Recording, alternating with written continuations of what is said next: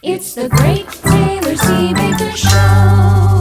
All right, so our sponge is in the oven, and while that is baking, I am going to do one of the harder parts of this bake, where I'm gonna try to make a rose out of fondant icing. This is one thing it did tell me I could buy, and I didn't have to make it, so I'm not cheating here according to the BBC.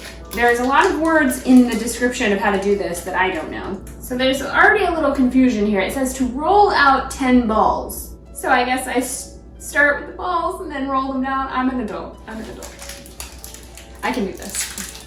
So it says to roll them into balls that are the size of a cherry stone. I guess that means like a cherry seed. So now it says to place them on the paper and flatten them with my finger. Flower petals are delicate, y'all. Little petals.